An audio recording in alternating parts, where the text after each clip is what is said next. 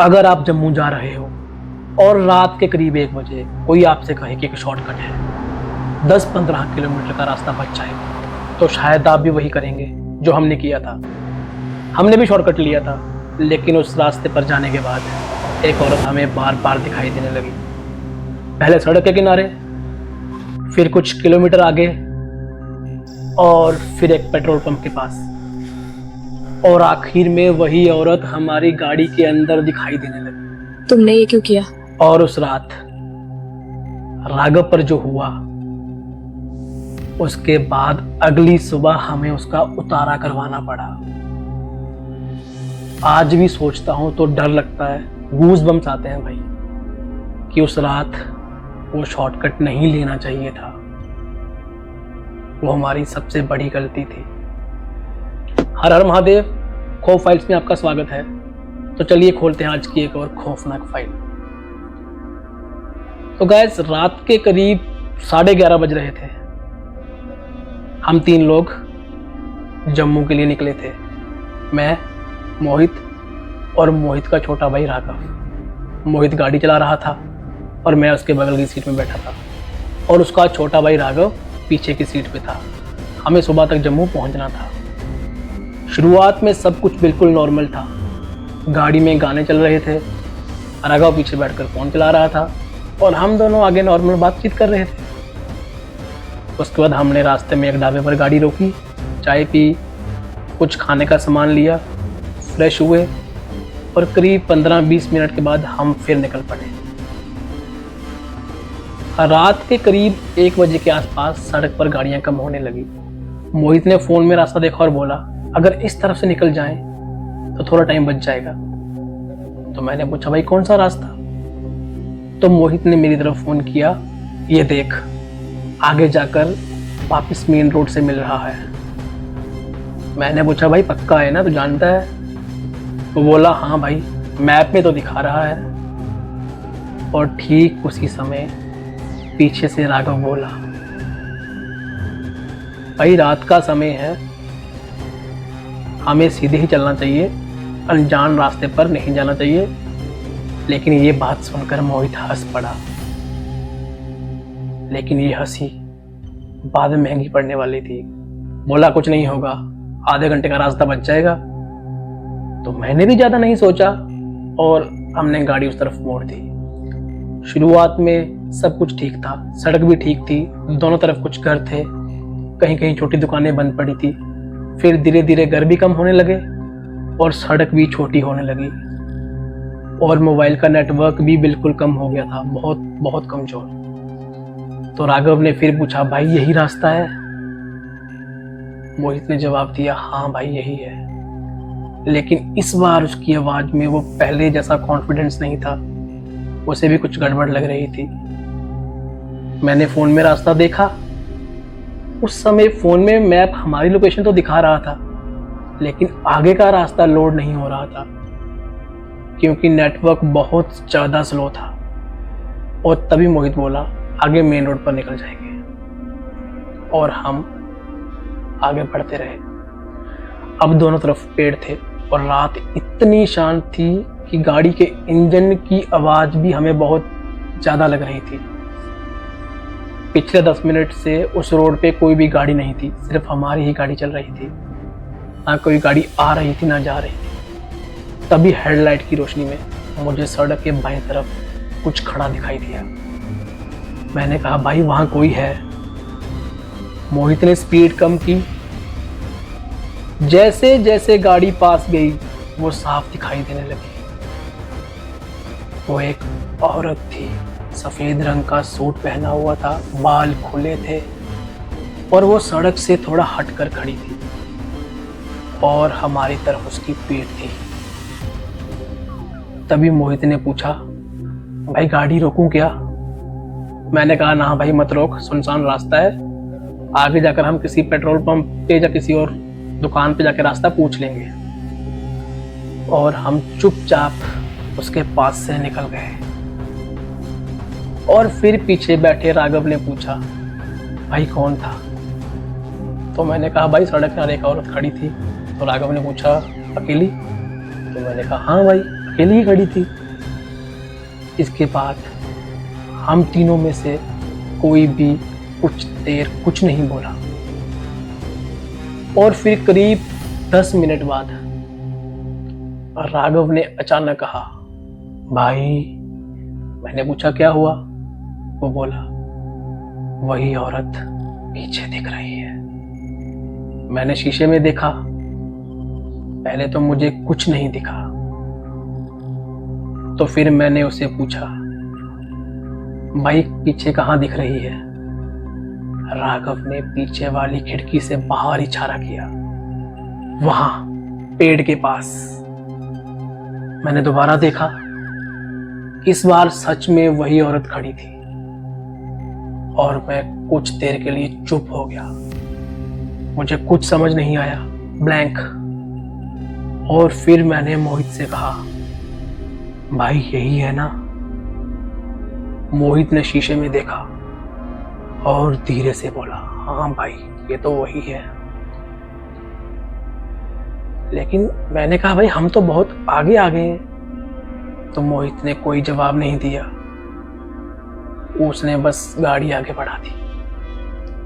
कुछ देर तक हम तीनों चुप रहे और फिर राघव ने कहा, उसने हाथ किया था। मोहित ने पूछा, किसने? राघव ने कहा, वही औरत। मोहित बोला, रे राघव छोड़ना, क्यों फालतू में डरा रहा है? और फिर करीब 20 मिनट चलने के बाद हमें आगे एक छोटा पेट्रोल पंप दिखाई दिया। मोहित ने गाड़ी रोक दी, हम बाहर निकले और राघव पानी लेने चला गया और मैं गाड़ी के पीछे खड़ा था। तभी मेरी नज़र सड़क की तरफ गई और मैं वहीं रुक गया, क्योंकि फिर से वही औरत इस बार पेट्रोल पंप से करीब 50-60 मीटर दूर दिख रही थी। तो मैंने मोहित को बुलाया, भाई, और मैंने सड़क की तरफ इशारा किया और उसने देखते ही कहा, भाई ये तो वही औरत है जो हमें पीछे भी दिखाई दे रही थी। कुछ सेकंड हम दोनों कुछ नहीं बोले और वो औरत बिना हिले डुले खड़ी थी, ना इधर जा रही थी ना उधर, बस हमारी तरफ देख रही थी। राघव पानी लेकर वापस आया, उसने पूछा, भाई क्या हुआ? तो मैंने कहा, वही औरत है। और राघव ने जैसे ही उसकी तरफ देखा, उसका चेहरा एकदम बदल गया। उसके हाथ से पानी की बोतल नीचे गिर गई और बोला, भाई ये यहां कैसे आ गई? और मोहित बोला, तूने भी पहचान लिया? और राघव ने सिर्फ सिर हिलाया और कुछ नहीं बोला। हमने ज्यादा देर वहां रुकना ठीक नहीं समझा, गाड़ी में बैठे और निकल गए। अब गाड़ी के अंदर गाने बंद थे, कोई कुछ नहीं बोल रहा था, सब चुपचाप बैठे थे। करीब 10 मिनट बाद मोहित ने कहा, अगर आगे फिर दिखे ना तो मुझे पहले बताना इस बार। तो मैंने पूछा, भाई तू क्या करेगा? तो वो बोला, पता नहीं, कुछ तो करूंगा। थोड़ी देर बाद एक मोड़ क्रॉस करते टाइम मोहित ने गाड़ी की हेडलाइट हाई बीम पे की और अचानक हम तीनों के मुंह से निकला, ये क्या? और गाड़ी की ब्रेक लगा दी, क्योंकि वो गाड़ी औरत इस टाइम सड़क के बिल्कुल बीचों बीच खड़ी थी। और मोहित ने इतने जोर से ब्रेक लगाया कि गाड़ी उस औरत के पास पहुंचने से करीब कुछ फीट पहले रुकी। हमने सामने देखा, वो औरत इस टाइम हमारी तरफ देख रही थी। चेहरा साफ नहीं दिख रहा था, लेकिन वो हिल भी नहीं रही थी। मोहित ने हॉर्न किया 2-3 बार, लेकिन सामने से कोई जवाब नहीं आया। वो वैसे की वैसे खड़ी थी, वो हिली ही नहीं। तब मैंने कहा, भाई गाड़ी पीछे कर ले। और मोहित ने गाड़ी करीब 10 फीट पीछे की और उसने सामने देखा तो अब की बार सामने कोई भी नहीं था, सड़क बिल्कुल खाली, सिर्फ गाड़ी की रोशनी और कोई भी नहीं।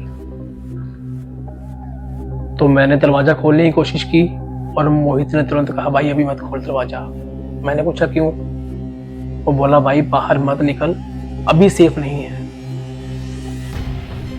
और उसने गाड़ी फिर आगे बढ़ा दी। करीब 2 किलोमीटर आगे जाकर मोहित ने गाड़ी रोक दी। उसने फोन निकाला, मैप खोला और फोन का नेटवर्क लगभग बिल्कुल गायब था। बहुत कम, ना के बराबर नेटवर्क था। वो कुछ सेकंड स्क्रीन देखता रहा, फिर बोला यार ये रास्ता इतना क्यों घूम रहा है। तो मैंने कहा भाई वापिस चलते हैं। मोहित बोला हाँ, और उसने गाड़ी मोड़ दी।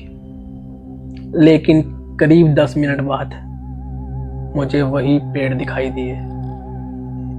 मैंने कहा भाई, वो बोला क्या? मैंने कहा हम फिर उसी जगह आ गए हैं।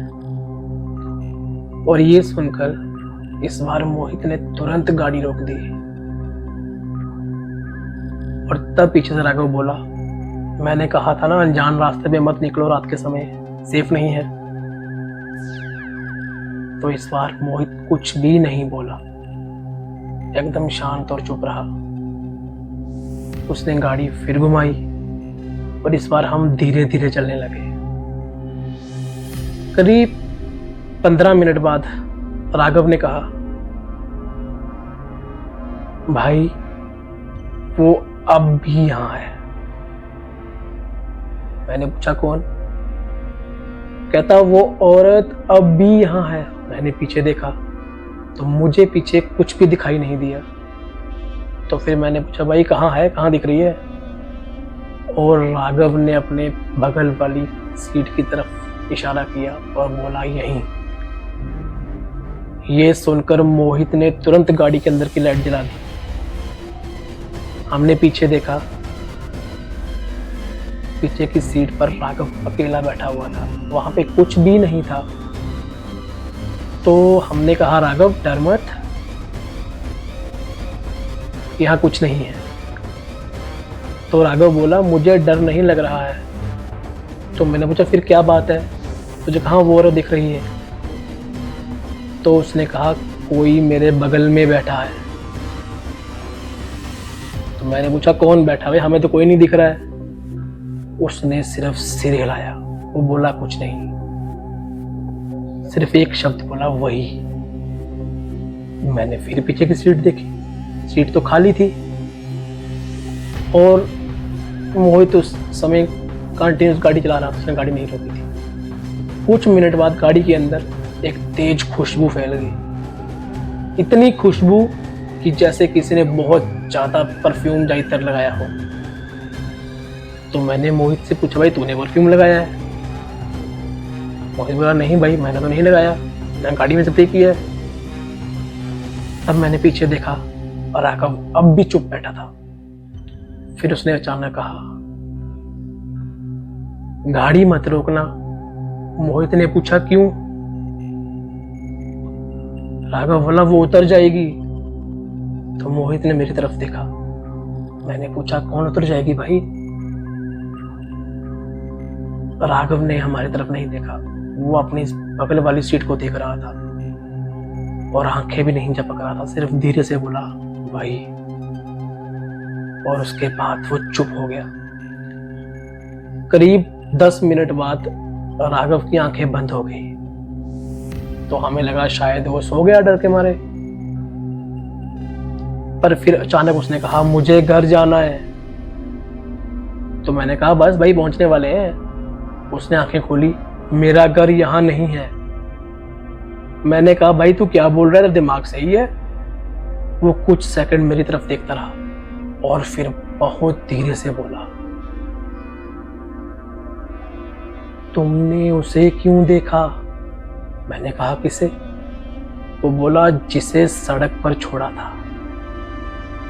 और ये सुनकर मोहित ने गाड़ी स्लो कर दी और राघव अचानक हंसने लगा धीरे धीरे। और फिर उसने अपने बालों में हाथ फेरा और बोला अब वो नाराज है।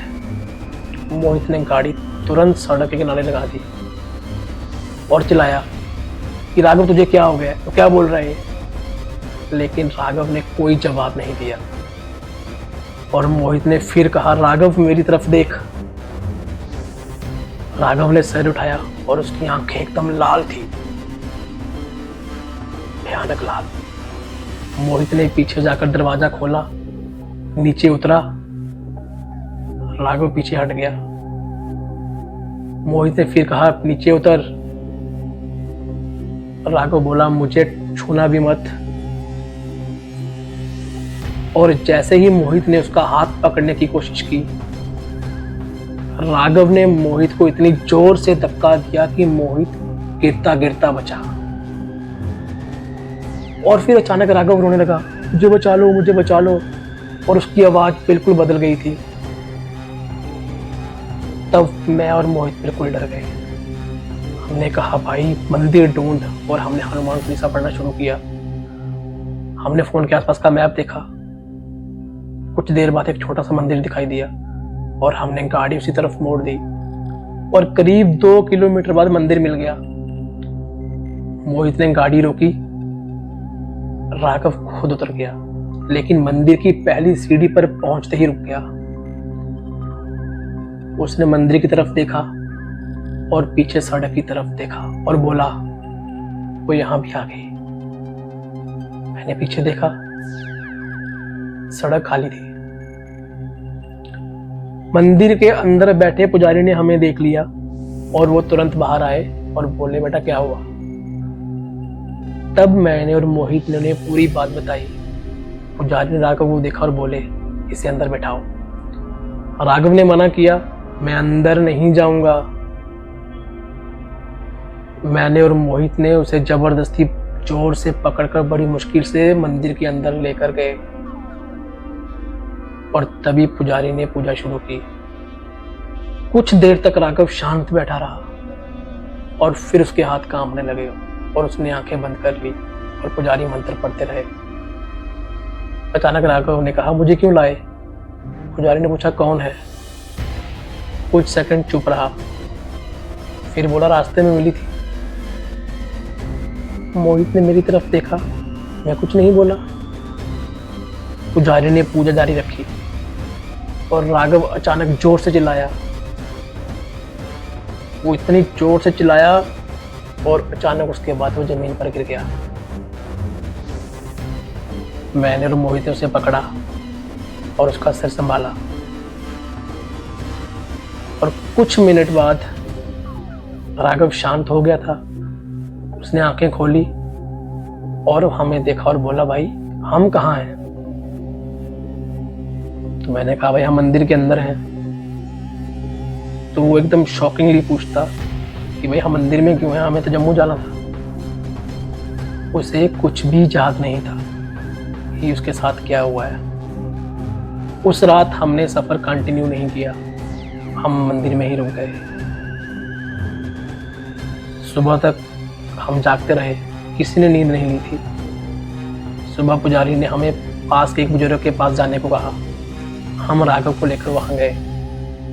मोहित ने सारी बात बताई और उस बूढ़े आदमी ने राघव को काफी देर तक देखा और बोला इसे अकेला मत छोड़ना।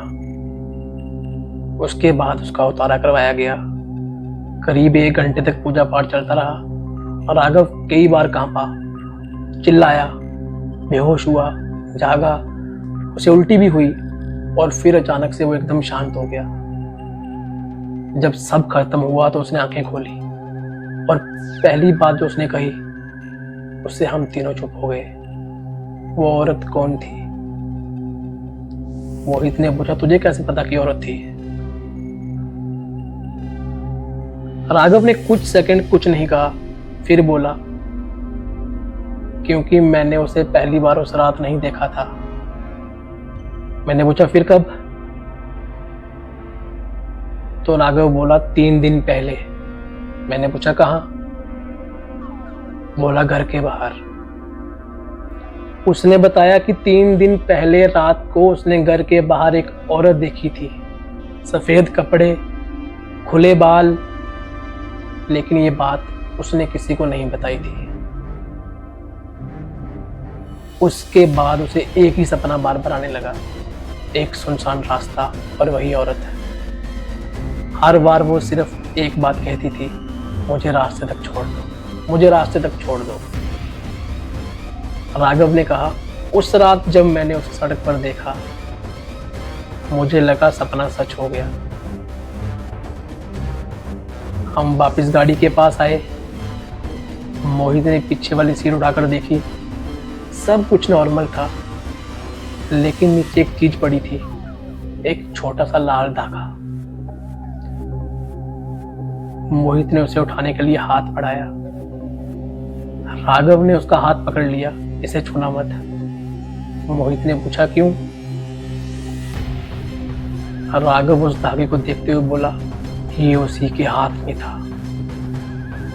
हम तीनों कुछ सेकंड तक उस धागे को देखते रहे। मोहित ने धागे को वहीं छोड़ दिया और गाड़ी स्टार्ट की। उस दिन के बाद हमने रात में उस शॉर्टकट वाले रास्ते से दोबारा जाने की कोशिश नहीं की। लेकिन आज भी जब उस रात के बारे में सोचता हूँ तो सबसे ज्यादा एक बात परेशान करती है। वो औरत हम तीनों को बार बार सड़क पर दिखाई दी, हर बार अलग जगह, और हर बार वो हमसे पहले वहां पहुंच चुकी थी। लेकिन अगर वो सच में सड़क पर थी तो फिर राघव को गाड़ी के अंदर उसका होना क्यों महसूस हो रहा था? और अगर वो सच में गाड़ी के अंदर आ गई थी तो फिर जब हमने मंदिर पहुंचकर पीछे का दरवाजा खोला तो राघव के अलावा पीछे की सीट पर कोई था क्यों नहीं? तो गाइस, ये थी आज की कहानी। अगर आपने कभी रात में कोई ऐसा शॉर्टकट लिया हो जिसके बाद कुछ अजीब हुआ हो तो हमें कमेंट में जरूर बताइए। अगर ये कहानी आपको पसंद आई हो तो वीडियो को लाइक जरूर कीजिए और चैनल को सब्सक्राइब करना मत भूलना, क्योंकि खौफ फाइल्स की अगली फाइल में एक और सच्चाई आपका इंतजार कर रही है। तब तक के लिए सतर्क रहिए, सावधान रहिए। हर हर महादेव।